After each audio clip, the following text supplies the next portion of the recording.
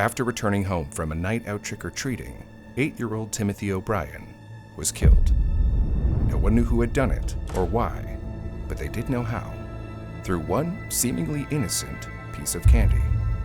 That Halloween, the entire community was gripped by terror. Parents were convinced that the legend had come true. A madman was poisoning candy, and any of their children could be next. Unfortunately, they were right. For months, someone had been planning the perfect crime through exploiting one of America's deepest fears. Detectives would have to race against time to find the other children who received the killer's candy before it was too late. This is the true story behind the Candyman, the legend that has fueled the Halloween candy panic for decades. But it's not the tale you think it is. The detectives arrived at the hospital that night to interview Timothy's father, Ronald Clark O'Brien, and obtain his account of what happened. Given Halloween's most famous tradition, their top priority was identifying and preventing any more children from falling victim to the same fate. Ronald was an optician and a highly respected church deacon, a volunteer that helped the local pastor in organizing community events. To the locals, he was a pillar of the community, singing in the choir and running the church bus program. Everyone was devastated to hear about his loss. He had taken his son and daughter trick-or-treating to the neighboring city of Pasadena, only a few minutes' drive, to join his friend Jim Bates and his 2 children. But because of the ongoing rain, they decided to stick to only 2 streets in Jim's neighborhood, Dunrail and Citation Street. After hitting a streak of houses handing out plenty of candy, the group arrived at a home with no lights on. They knocked anyway and waited for an answer. As the rain worsened, the children grew impatient and ran ahead to the next house. But Ronald stayed behind, waiting to see if anyone would answer the door. Someone finally did. The lights in the house never turned on, but the door opened a crack, just enough for a hairy man's arm to reach through and hand Ronald 5 giant pixie sticks for the children. Then, the door was closed without a word. Ronald told detectives he had no idea who the man was. He never heard his voice or saw anything but that arm. Ronald caught up with the children to hand out the candy, 1 pixie stick to each of his 2 children and 2 to his neighbor's children. On the way home, he gave the 5th pixie stick to a 10-year-old boy he recognized from his church. That was the end of the trick-or-treating for the night. When they returned to their home in Deer Park, Timothy asked if he could eat some candy before bed. His parents both agreed, allowing him to choose just 1. Timothy chose the pixie stick, the biggest of the candy they had collected that night. But Timothy struggled to get the sweet, colorful powder out of the tube. The packet was closed by a staple, and Timothy's fingers were too small to open it. So Ronald stepped in to help. Once the first drops of powder hit his tongue, Timothy had an instant reaction. The powder was bitter and unpleasant, not the taste of pure sugar he had expected. He didn't want to eat any more of it, and complained about how gross it was to his dad, who gave him some Kool-Aid to wash the taste away. But unfortunately, no amount of Kool-Aid was going to wash away what was now inside his stomach. Timothy began to experience abdominal pain that grew stronger with every passing minute. As the seriousness of the situation became more evident, his father realized there must be something wrong with that candy, and remembered he had given one of those to his daughter, and rushed to check on her. He was relieved to find that she hadn't eaten the pixie stick yet. Shortly after his father had left the bedroom, Timothy jumped up and rushed to the bathroom.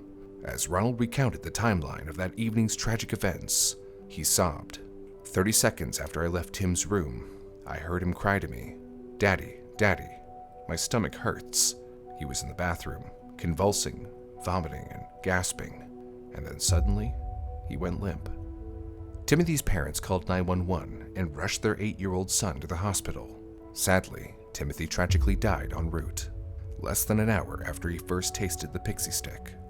The news quickly got around the local community, with neighbors and churchgoers reaching out to offer condolences, but they were also caught up in their own concerns. For decades, parents and their children had been warned about poisoned trick-or-treat candy, and now it had happened to one of their own.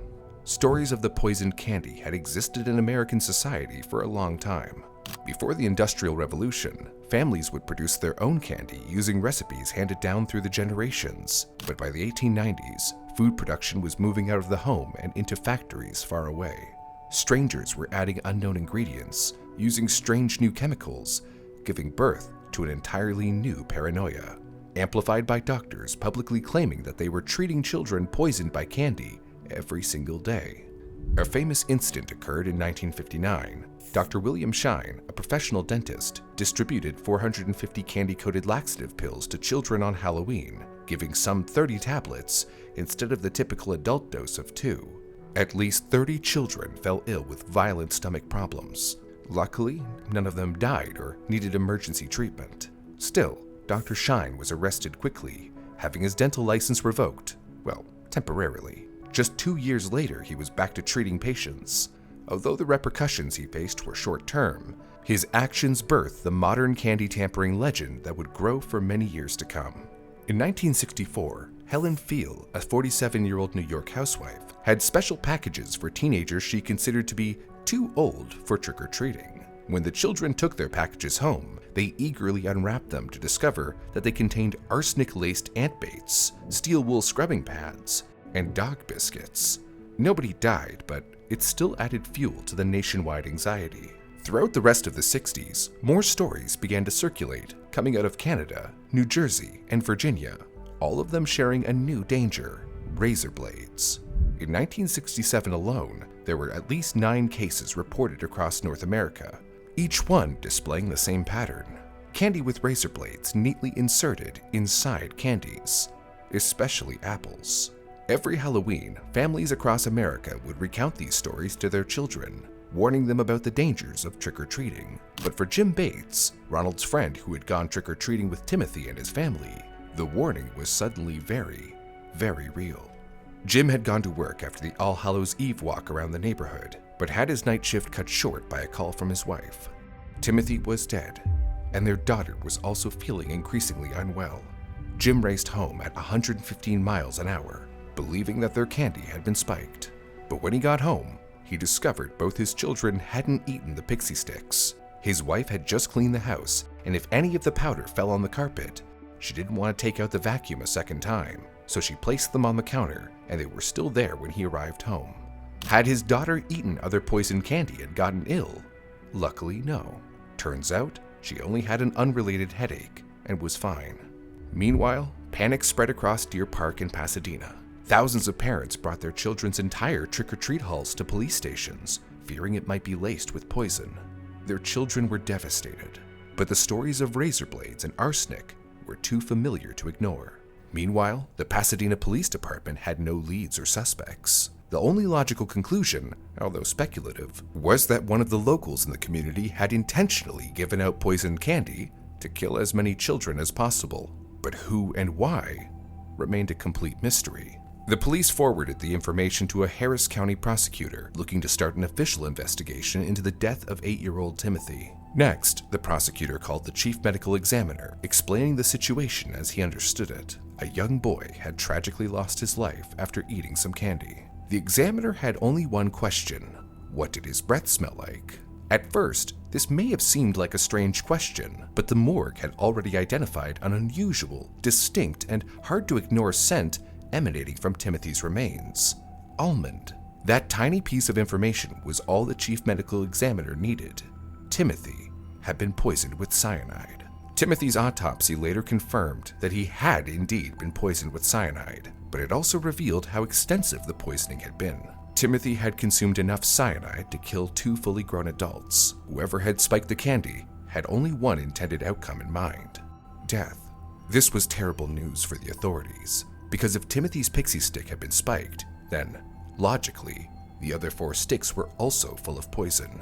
But currently, the investigators didn't have those sticks, and even worse, there was no telling how many other trick-or-treaters that night had been given the same cyanide-laced sticks. All they knew is that at any moment, another child might die.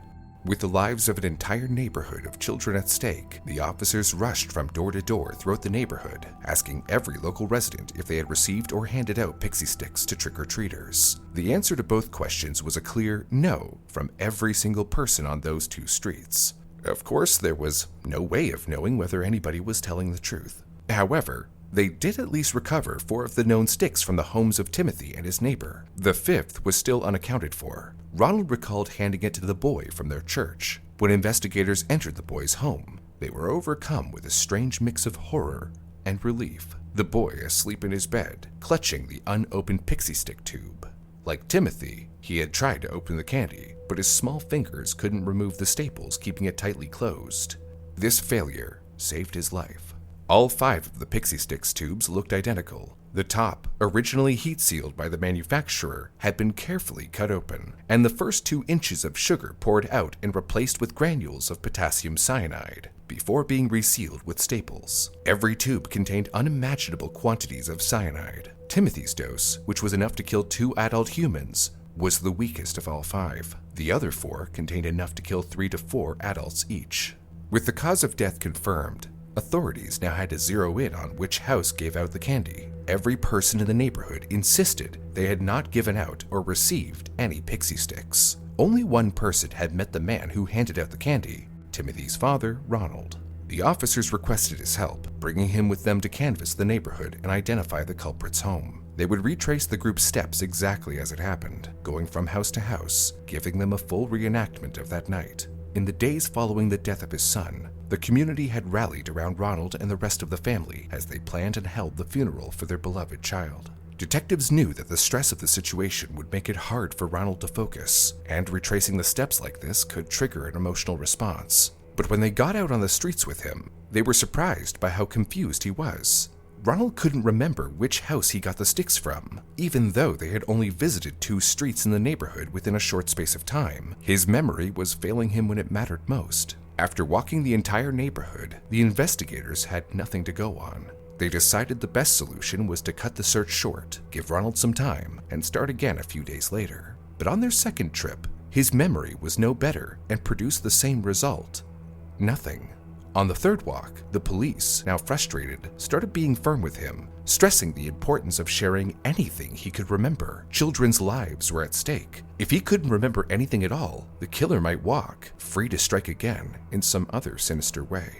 Ronald went through his mind one more time, recalling the story he had told investigators earlier about the house with the lights out, and the man's hairy arm that handed him the pixie sticks. Suddenly, it all came flooding back. Ronald pointed to the exact house. Authorities knocked at the door, and just like on Halloween night, there was no answer.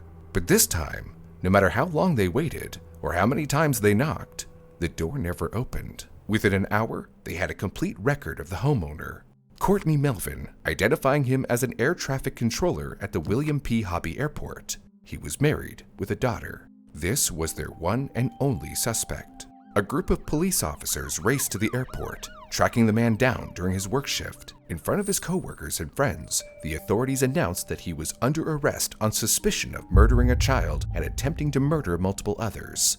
They finally had their guy. The suspect, however, said otherwise. According to him, they had got it all wrong. Courtney Melvin denied any involvement in the incident, insisting that he wasn't even home on the night Timothy died. He was at work, not arriving home until after 11 p.m. He didn't hand out a single piece of candy to anybody. The only people in his home on Halloween night were his wife and daughter, neither of whom had the hairy man's arm the police were now leaning on as evidence. This did not come as a surprise to the detectives. Denial is a typical response to being accused of a crime as extreme as murder. Could he be covering something up, or did they have the wrong person? The first step was to check out his alibi. The suspect's wife and daughter corroborated his story. The 2 of them had been home all night, but had turned the lights out and went to bed early after running out of candy for the trick-or-treaters. Neither of them apparently had any recollection of handing out pixie sticks, and none were found in their home. Of course, that didn't mean Mr. Melvin was innocent. He could easily have dumped any remaining sticks and orchestrated this whole cover story with his family, who were agreeing to play along for whatever reason. Their next stop would be the airport, where they had publicly arrested him in front of his colleagues. Detectives interviewed over 200 of the suspect's co-workers, with every single one testifying that he had been at work the whole night, as he had claimed. His timesheets further validated this narrative.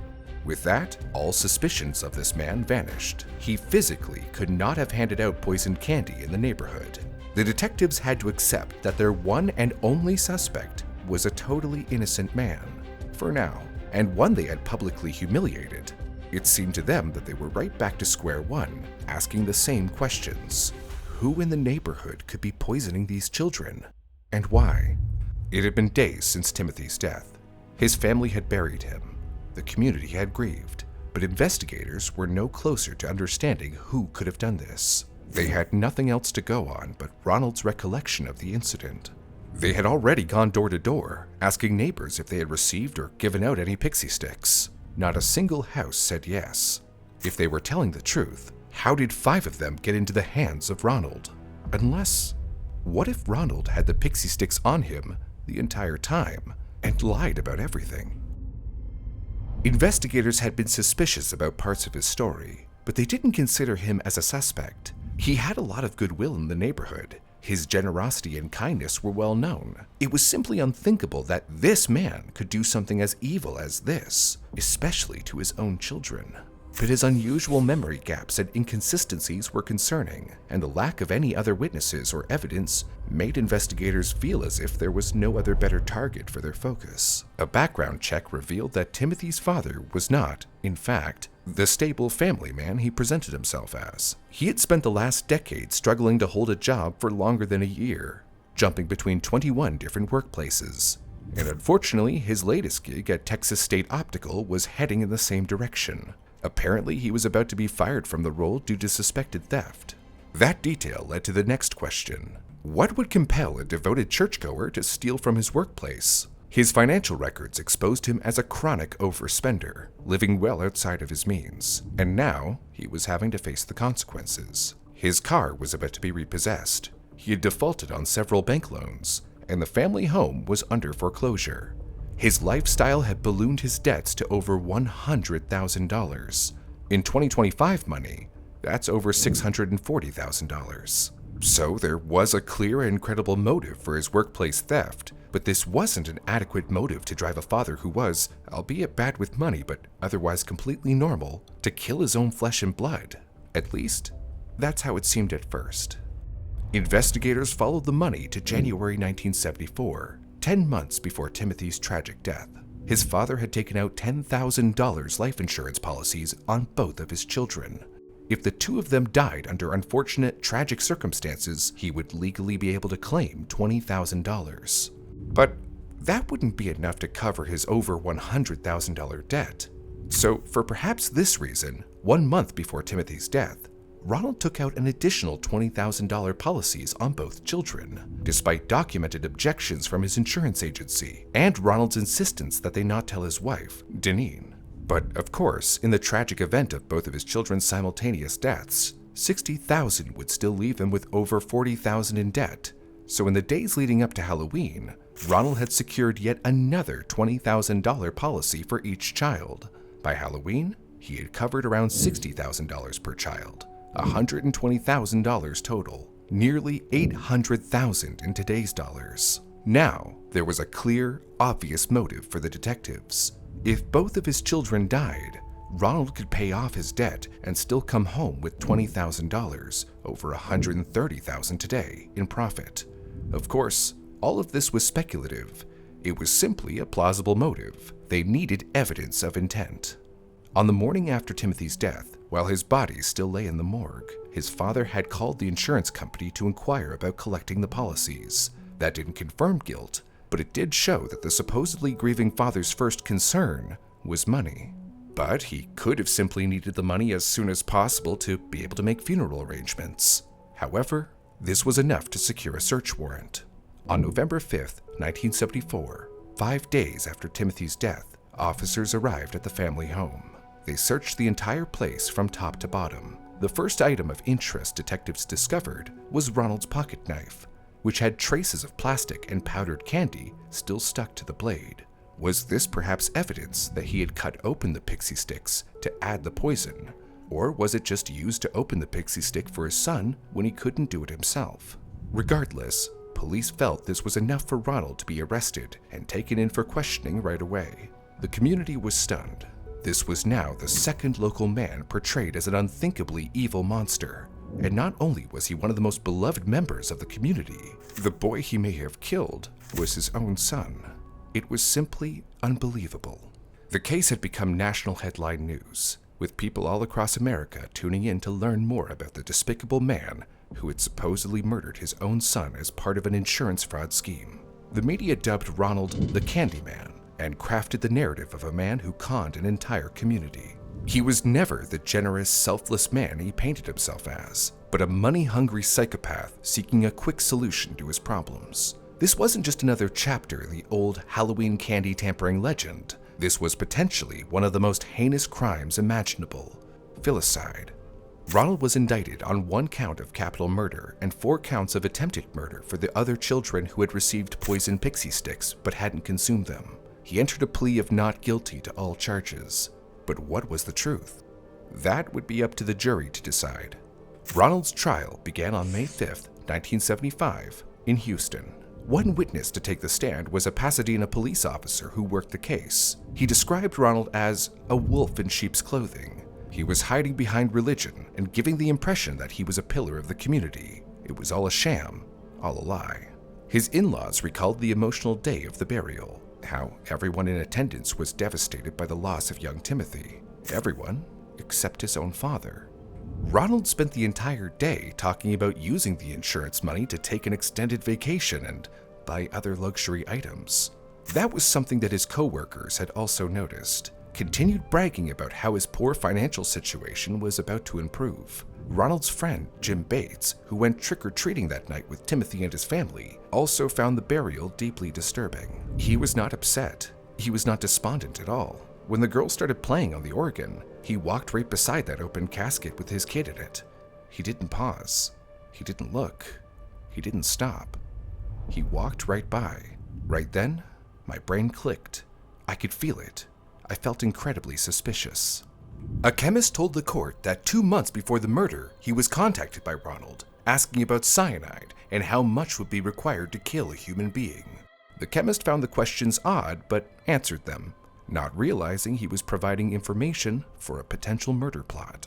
Another witness, who worked as a chemical supply salesman, recalled that Ronald had approached him with similar questions, only this time he was showing an interest in actually purchasing cyanide. By October 1974, records showed that he had physically visited a chemical supply store in Houston, asking to buy the smallest possible amount of cyanide. But when he discovered the minimum purchase was £5, he left empty-handed. Police were never able to determine if he had actually bought cyanide from another vendor. The source of the poison remained unknown.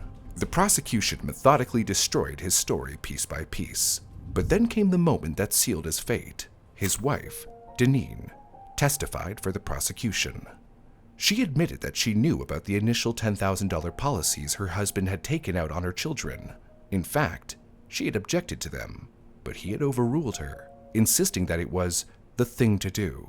However, she had no idea about the further insurance policies he had taken out on the children. After her initial objection, he had seemingly gone out of his way to avoid her ever finding out. In a devastating blow to his defense, she contradicted his account of that Halloween night in almost every single way. According to her, Timothy hadn't chosen the pixie stick from his candy collection at all.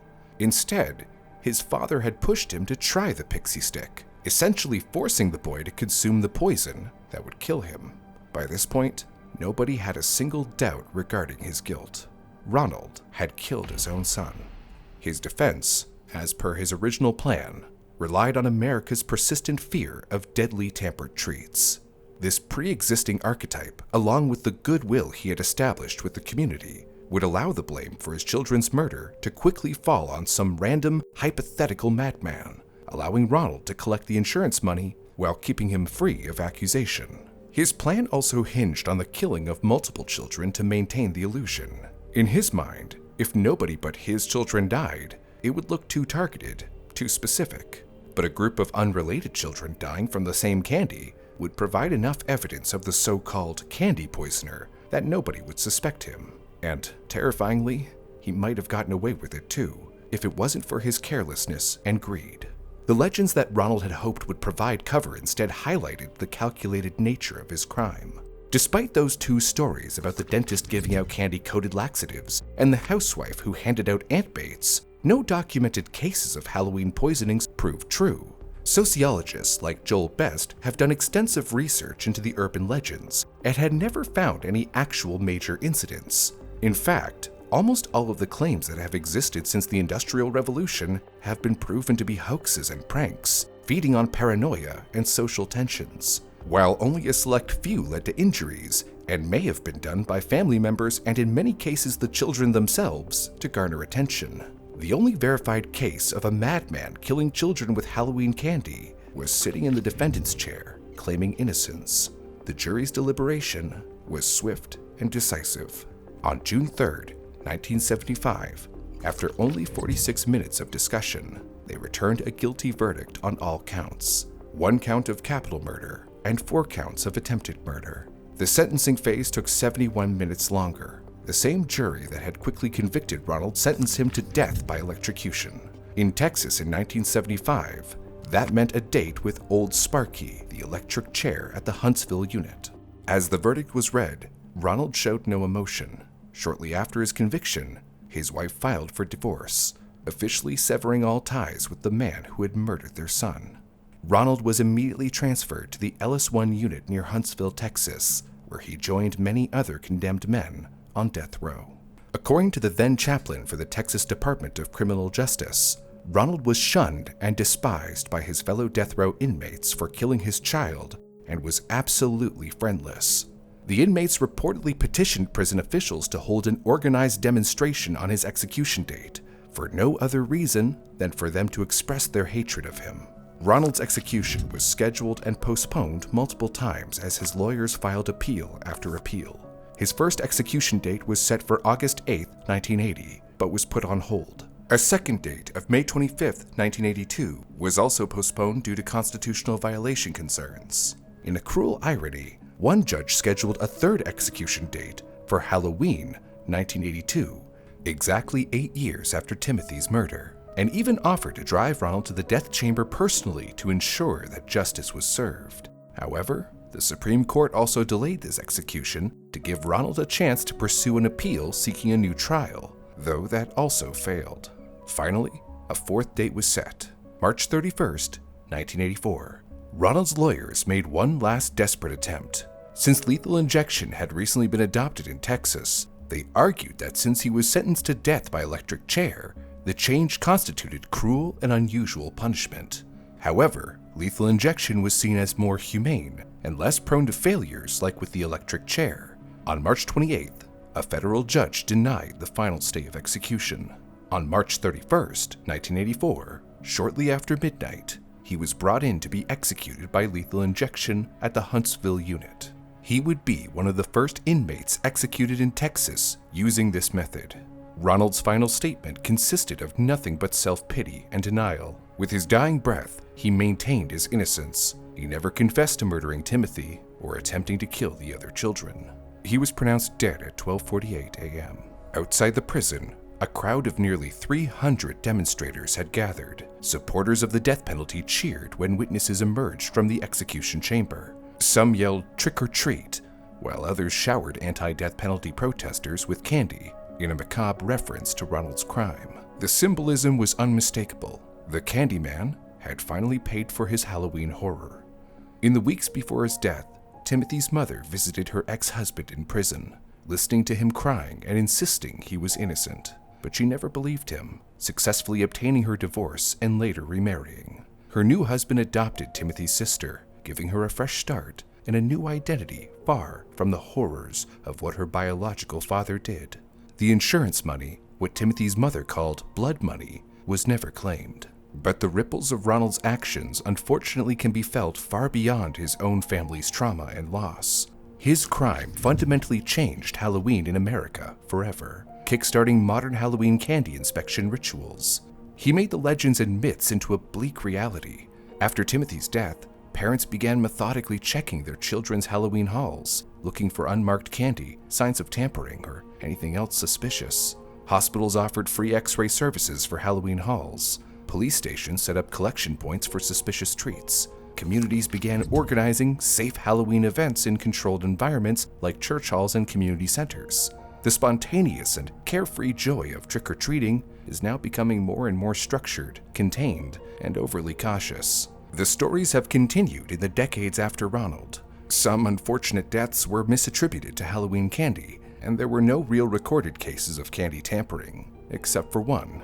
In 2000, 49-year-old James Joseph Smith had inserted needles into Snicker bars and handed them out for Halloween. One child was pricked by the needle when he bit into it.